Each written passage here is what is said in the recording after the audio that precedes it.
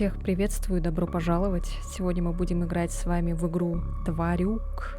Давно меня не было на канале. Я надеюсь, вы по мне скучали. Если скучали, то ставьте лайк. Если нет, то дизлайк. В общем, я, если честно, не знаю, о чем эта игра, но я прочитала так мельком описание. Она очень красная, так сказать. Это хоррор и вроде как новелла. Вот. Поэтому новая игра. Вся игра задумана авторами как очень и очень красная. Настройте комфортно для себя насыщенность красного, ориентируясь на изображение выше, или оставьте настройки по умолчанию, чтобы полностью погрузиться в атмосферу. Так, ну давайте, наверное... Не, оставим как есть. Очень красный. Вы начали игру на максимальной насыщенности красного. Бабушка Рита. Там, где тишина царит, в отличие от городов шумных.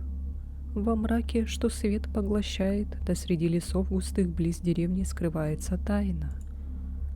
О существе, что живет во тьме лесной, людям принято шепотом рассказывать. Это история о тварюке, могущественном лешем. Мало кто лицом к лицу встречался с ним, но всякий, кто в чащу ступает, чувствует его присутствие в каждом листике дрожащем, в каждом скрипе деревьев.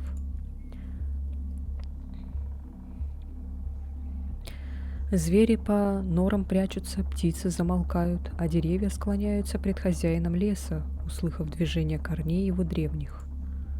У всякого кровь в жилах стынет в присутствии его. Боялись его все пуще твари любой. Отсюда и прозвище Тварюк. Бывает, по лесу бродишь и слышишь то скрип, то плач.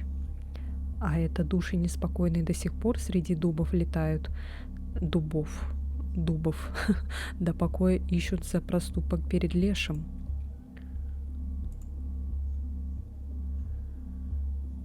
Веками жители деревни передавали легенды о Тварюке друг другу. О том, как он с ума сводил путников, что так и остались где-то в лесу, да о деяниях его страшных. Каждый, кто проявил неуважение к царству его, всегда сталкивался с расправой свирепой, да кормить оставался червей среди деревьев древних. Ой, блин. Здрасте. Бойся, дитя Тварюка. А коль встретишь его, беги без оглядки. Лёшка. А он что, так в наших лесах и бродит? Вот и слушай. В кровавые времена войны отечественной дела у деревни нашей совсем скудные настали. А разбойники набегать начали, издеваться над жителями. Мужиков крепких, что отпор дать могли, хулиганам на фронт увезли. Одни мальцы да юнцы остались с девками, некому было деревню отстоять, вот твари эти и стали дебоширить. Последнюю посуду забирали, да ниточки обобрали деревню нашу. И вот только один храбрый мальчонка помочь решил деревне. Отправился он в глубины леса на поиски Тварюка. Деревня наша ведь тоже в его владениях, значит, защищать должен, если попросить как следует. Все готов был сделать, лишь бы из деревни чужаков проклятых прогнать. К худу или к добру, неясно, но нашел парнишка лешего.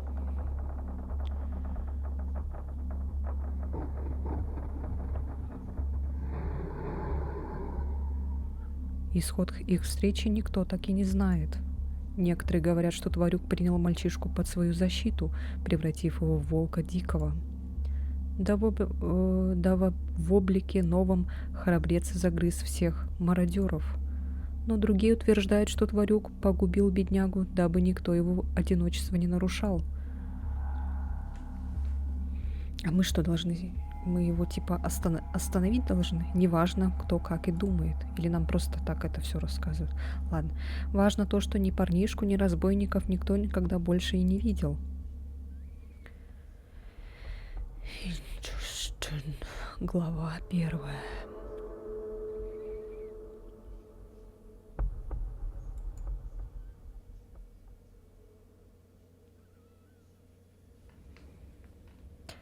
Автобус.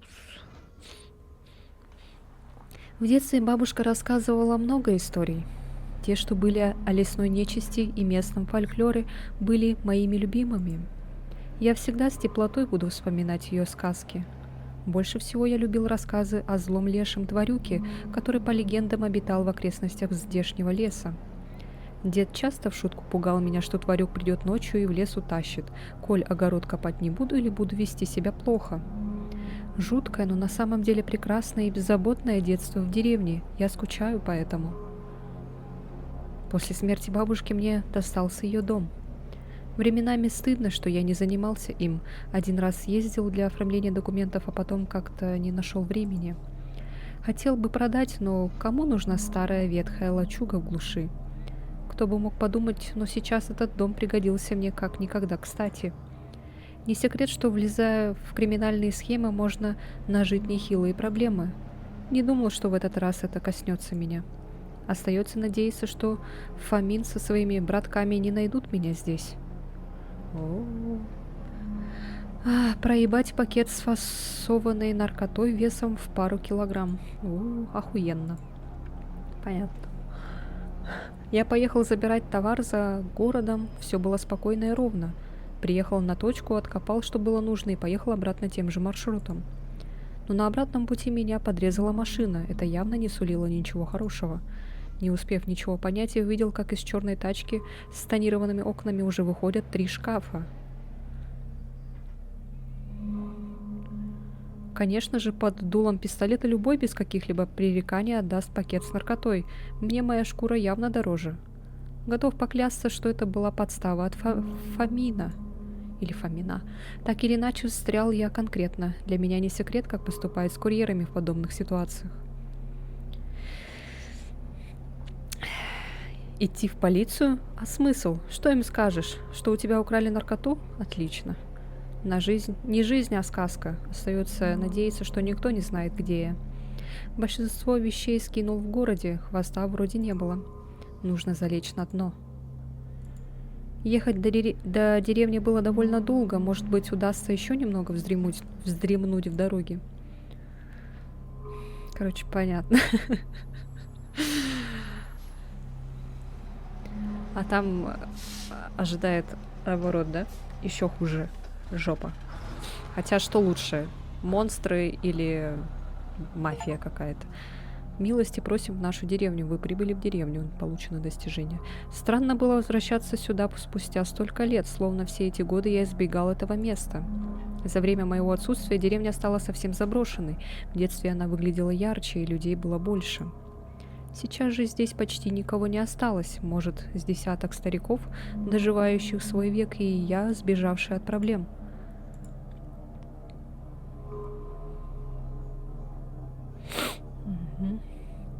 Я быстро нашел дорогу. В детстве мы часто бегали с соседским парнишей на перегонки от бабушкиного дома до остановки. Похоже, этот путь навсегда остался в моей памяти. Дом выглядел старым, но держался крепко, несмотря на годы одиночества. Крыша слегка просела, но выглядела надежной. Краска облупилась, обнажив потемневшее от времени дерево. Да, этому дому нужен долгий и дорогой ремонт. Боюсь, дороже его самого. Ух ты. Давайте осмотримся. А потом войдем. Немного обогнув участок, я вышел на задний двор. На перекосившейся конструкции, что когда-то являлась основанием пугала, неподвижно сидел ворон. Он застыл, словно каменная горгулья, и даже не дрогнул при моем появлении. С легкой тоской я отметил, что птица, монотонно хлопающая глазами, была единственной живой душой, которая встретилась мне после выхода из автобуса.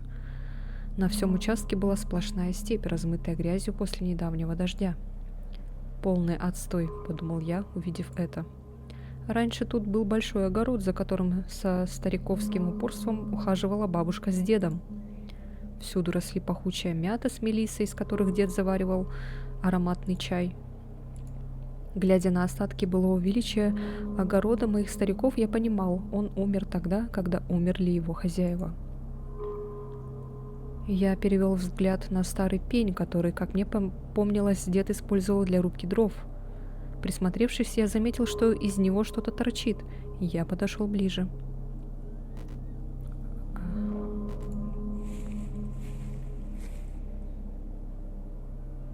В пень был воткнут старый ржавый нож. Я присел на корточки и внимательно осмотрел его.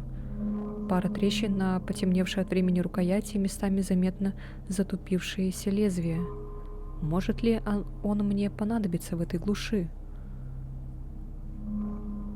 А давайте возьмем. Я вытащил нож из размокшей древесины и взвесил его в руке. Он был легче, чем казался на первый взгляд. Может пригодиться. Да, лучше оставить его при себе.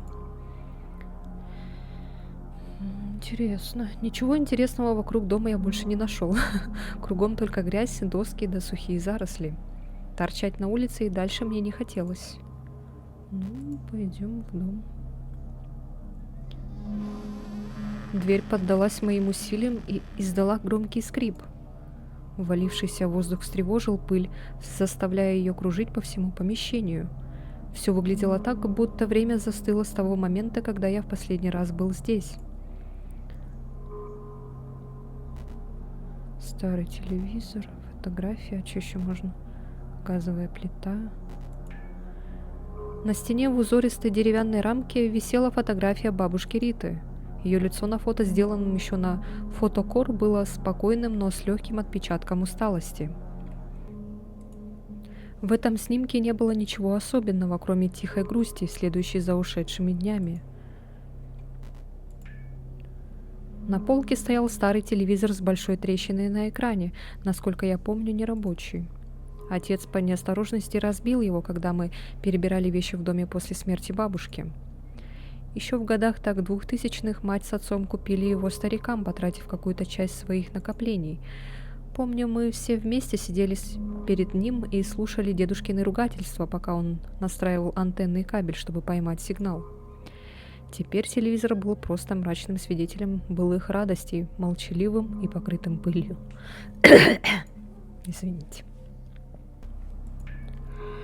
На плите, покрытой толстым слоем сальной пыли, стоял старинный чайник с потертостями на корпусе. В нем дедушка заваривал для нас с бабушкой ароматный утренний чай из бережно выращенных и собранных на огороде трав, мяты, мелисы и душицы.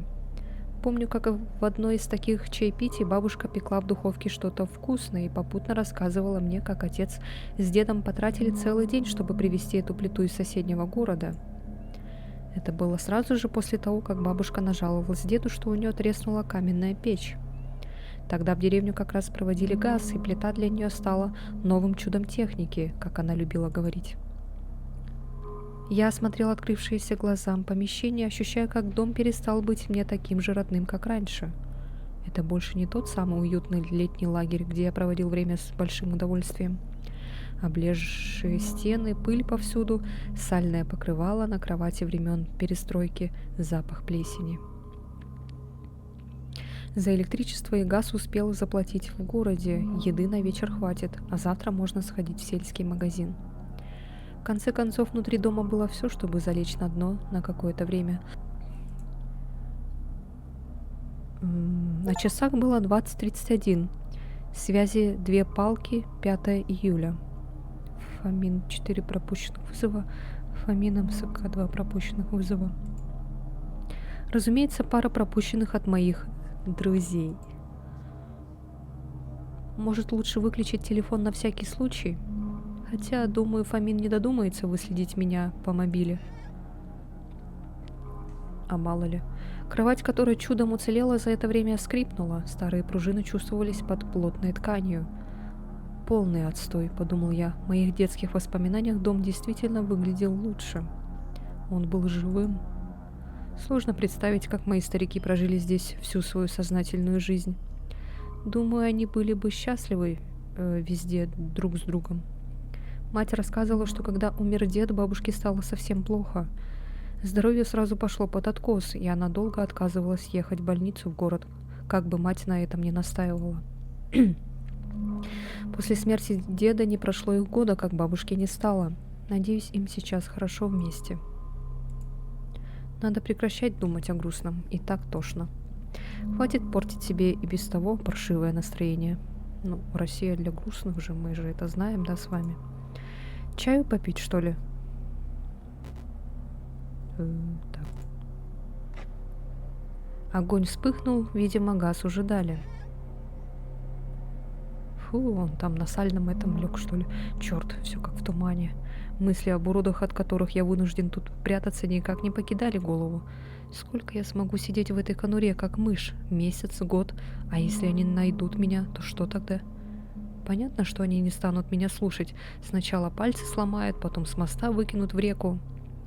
Может, они все-таки дадут шанс как-то отработать, и тогда придется бесплатно пахать на них кучу времени.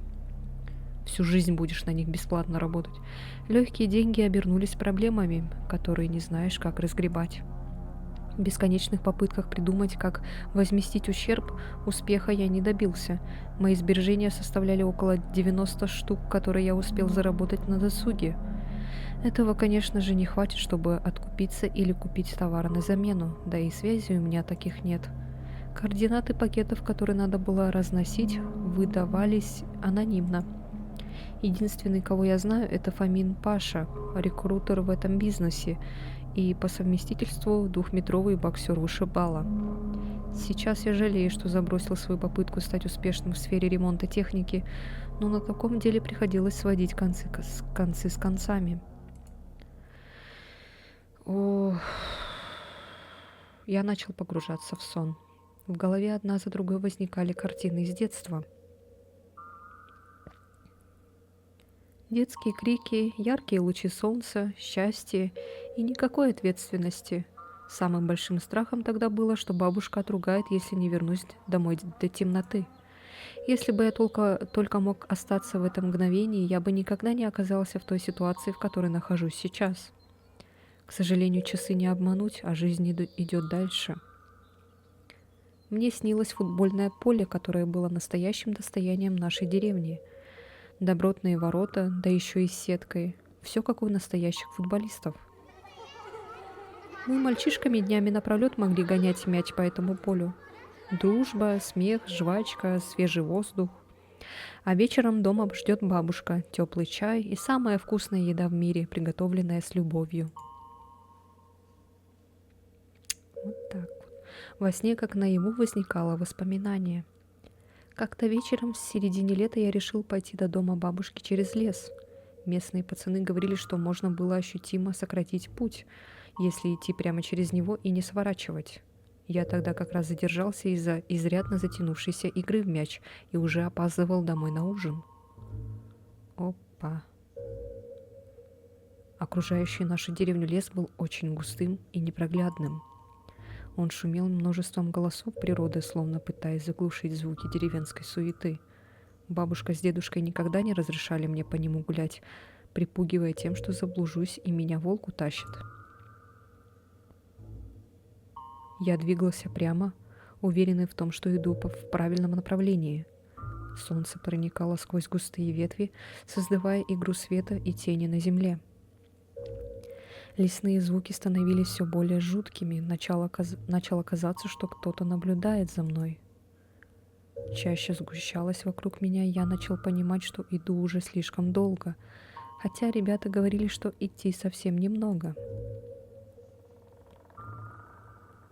Блуждая по тропинкам леса и просто маяча между деревьями, я окончательно потерял нужную мне дорогу.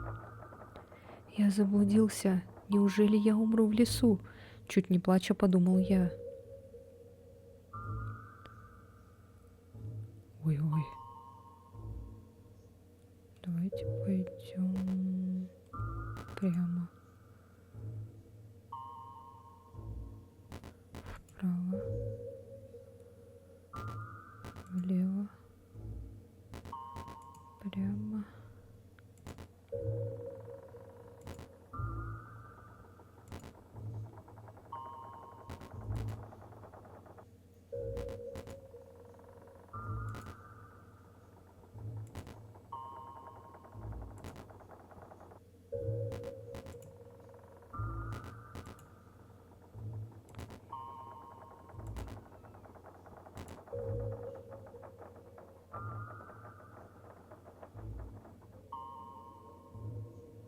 Густая роща тянулась бесконечно. Под ногами раздавался шорох сухой листвы, а воздух был наполнен лесными ароматами. Я сделал глубокий вдох в надежде...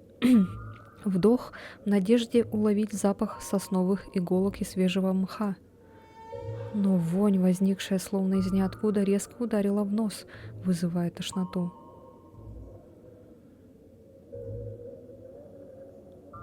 Я сморщился и задержал дыхание, вглядываясь в чащу.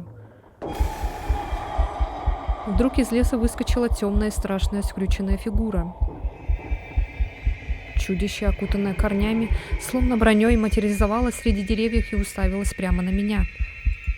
Мое сердце выпрыгивало из груди, и изо рта вырвался протяжной крик. Сам того не понимая, я рванул, что из сил. Я перепрыгивал препятствия, резался о кусты, лишь бы не останавливаться. Легкие готовы были взорваться, но я продолжал бежать. Бежать без оглядки.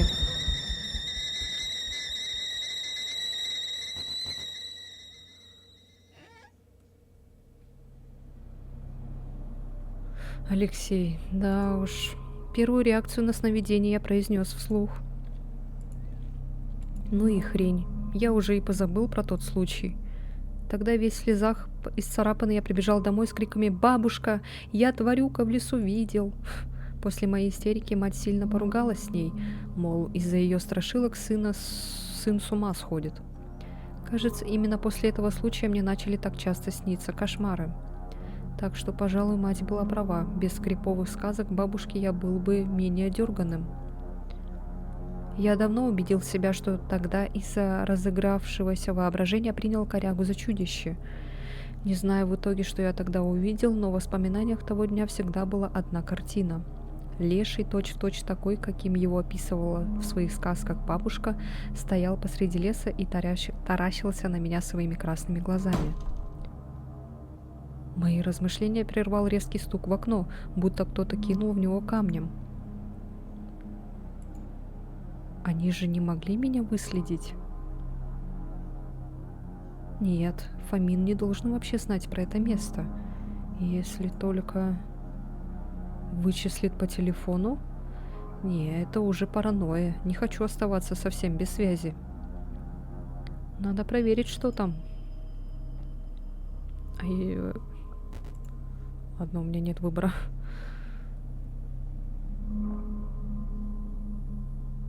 За окном ничего не оказалось. Двор как двор, только убитый. Если жизнь наладится, то я обязательно наведу здесь порядок. Моя бабушка с дедом и вправду любили это место. Надо отдать дань уважения ушедшим из жизни родственникам. Блять! Тварь! Ты куда летишь, сука дурная? Совсем спятила пугать так шизанутая. Так, с нервного срыва можно к бабке отправиться на тот свет. Что в городе, что тут психушка. Нужно расслабиться, налить себе чай и пожрать. Я расчистил стол и принялся к приготовлению своего первого за долгое время ужина в деревне. Достал из рюкзака баранки с парой конфет, которые в спешке прихватил в ларьке на вокзале. Заварил себе зеленый чай с мятой. Забавно, все выглядело прямо как в детстве. Все-таки хорошее было время, хотя и неделю назад тоже было не так плохо. Отогнав хмурые мысли, я отпил из кружки, представляя, что в ней тот самый чай, который мне в детстве заваривал дедушка. Но, увы, вкус был совсем не тем. Стало немного легче. Но я не мог спокойно уснуть, не удостоверившись, что ночью ко мне в окно не залетит очередная птица. На улице уже стемнело, и я огляделся вокруг в попытках отыскать рядом ту самую ворону, но никого нигде не увидел. Все тот же неухоженный двор и густой лес с мрачно покачивающимися в своей тени деревьями. После тяжелого дня и согревающего напитка захотелось спать. Сегодня мне действительно не помешало бы отдохнуть полноценно, но перед сном в голову, как всегда, лезли тревожные мысли. Ой-ой. Гроб с моим телом медленно опускается в яму. Каждый стук земли о крышку звучит, как последний удар сердца. Меня больше нет, только холод и тишина. Мое тело растворится в этой земле, сгниет и станет пищей для червей. Мама будет стоять у могилы с опухшими от слез глазами, и ей не верится, что ее единственный сын теперь в этой деревянной коробке. Будет ли она думать, что это какая-то ошибка, что я вот-вот встану и обниму ее? Что я оставлю после себя? Все, что казалось важным, превратится в труху и сгниет вместе со мной. Меня забудут. Все, что я сделал, хорошее или плохое, все это поглотит земля.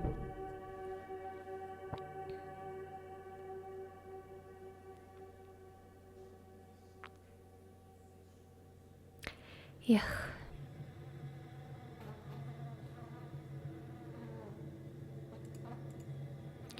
Глубокой ночью что-то внезапно вырвало меня из объятий сна.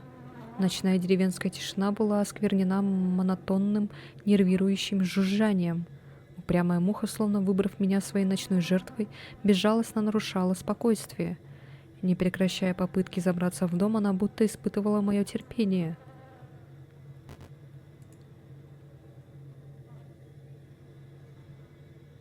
Опять сейчас будет скример. Я поднялся с кровати и посмотрел в окно, за которым простирались силуэты темного леса, поглощенные ночью. Назойливая муха беспрестанно ползала по стеклу. Я стоял и следил за насекомым, чувствуя, как тревога без особой причины начинает окутывать мое сознание. Постучи.